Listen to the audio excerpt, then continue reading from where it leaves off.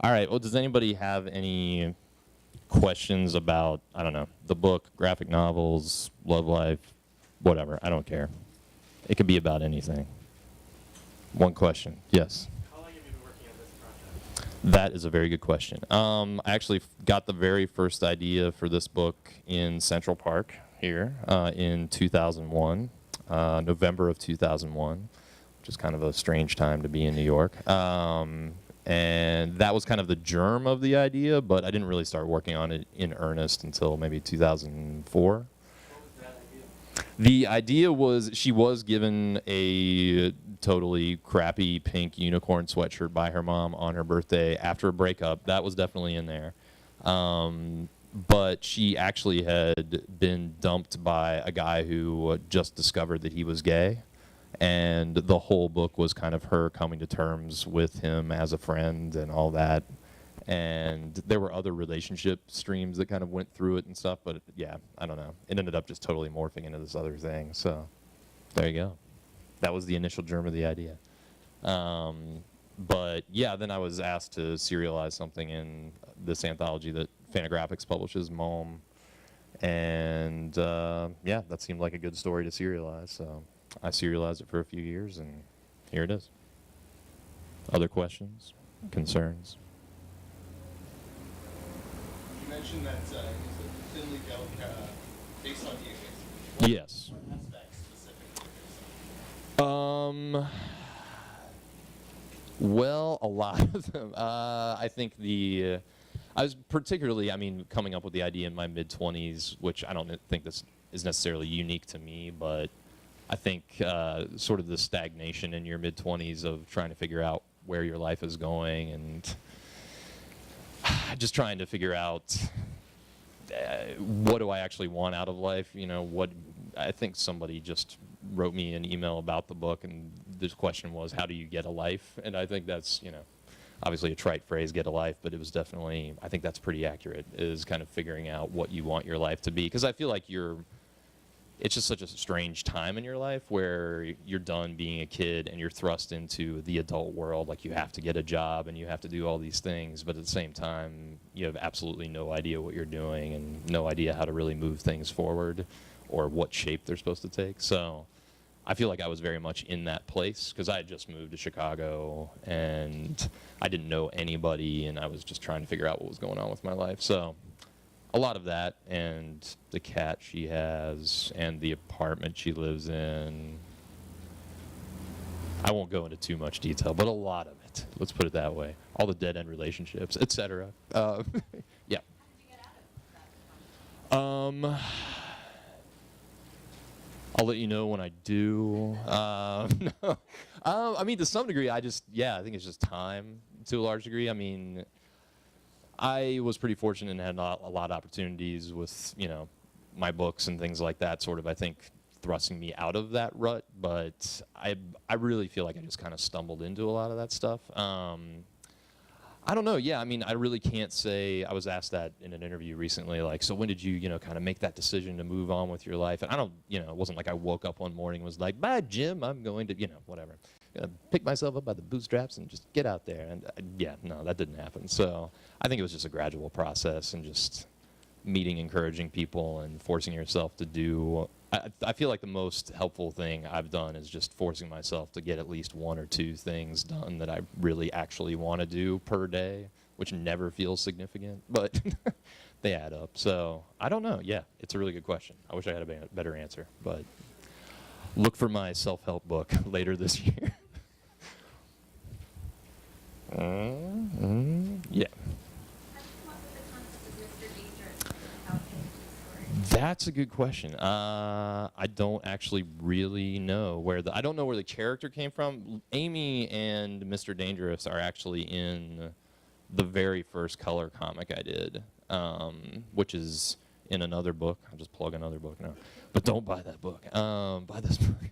I have another book called Let Us Be Perfectly Clear, where it's a collection of individual stories. But she was just one page in that story, and then it actually, the camera, so to speak, actually goes into the Mr. Dangerous show, and he's being canceled because everything in my stories has to have some depressing overtone to it. But I have no idea. I just drew him. He just kind of popped out, purely formed, looking that way. I think that was just it. Like, I drew him that way, and I had absolutely no idea what he was supposed to be or what the hell this character had to do with anything. And that seemed perfect for her to be obsessed with this show that basically the idea in the book is nobody is really into this show except for her, and it's kind of remarkable that it's on air at all. But yeah, I don't really know. I don't know where he came from. If I figure that out, that'll be in the self-help book too. So yeah. Other questions? Yeah?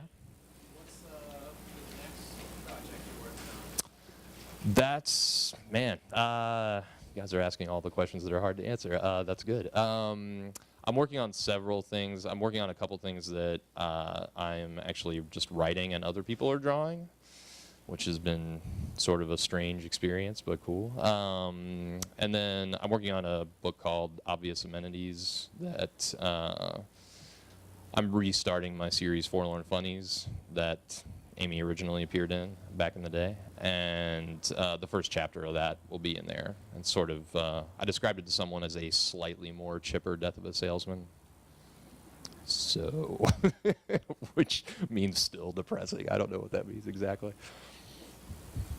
Other questions? Concerns? Could be about anything. Graphic novels in general. That's a good question. It depends on story by story. I do it different ways. A way that I will start a lot of color palettes is that I will actually get, it could kind of be anything. I mean, there's some photographers from the 70s that I really like, and there's, I don't know. I think for this book specifically, I started by taking film stills from Breakfast at Tiffany's and sampling colors. Duh. You didn't even need me to say that. It was so obvious. But yeah, I mean, I find that there's just certain colors. So basically, I'll take film stills. Sometimes I'll sample the colors directly. Sometimes that doesn't really work all that well. So I'll actually blur them to the point where gradated colors become one solid color and see what those are. But I just kind of mix and match and then try to create kind of a really limited palette. So. Yeah, I color everything digitally. I mean, I've been doing more work recently with just colored pencils and colored pens and stuff like that, just because, I mean, I know we all love sitting in front of a computer all the time, but, you know, I'm trying to do that less and less these days. But yeah, most of the coloring, mainly just for a time concern and to make sure the colors reproduce the way you want. It's digital. But, I mean, that's the thing. Scanners and printers have gotten so much better over the last 5-10 years that I think you can get away with doing more things in the real world and having them reproduce faithfully. So, yeah. Other questions? I mean, it really could be if anybody has any questions about just making comics or anything in general. I'll nerd out with you. You, Moleskine? No? All right. Anybody?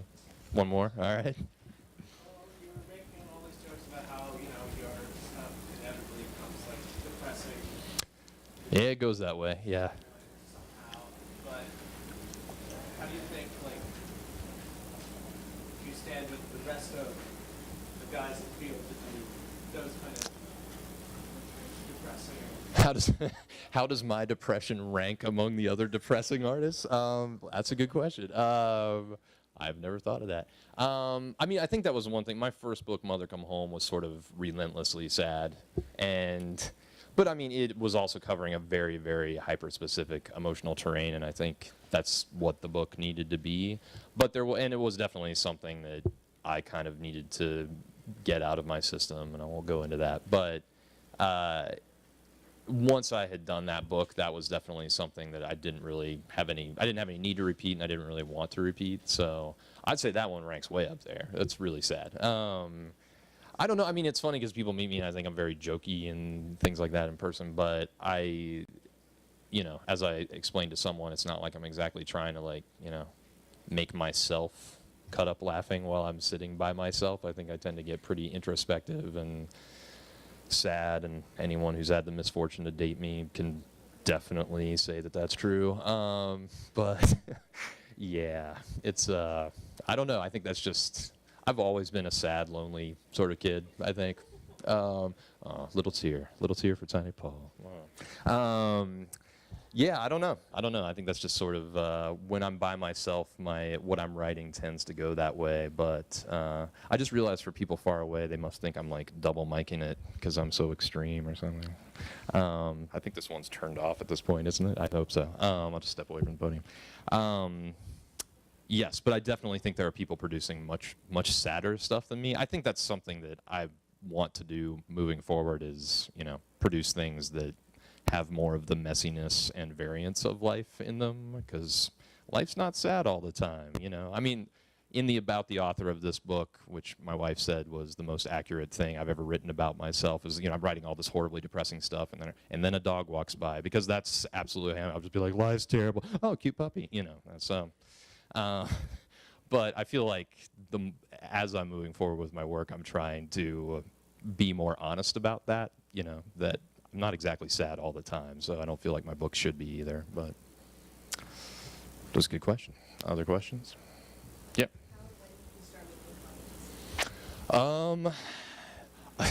Ostensibly 4 years old, but and that was my mother. We had just moved. She handed me some turned inside out grocery bags and told me to draw, basically to get me out of the way while they were unpacking.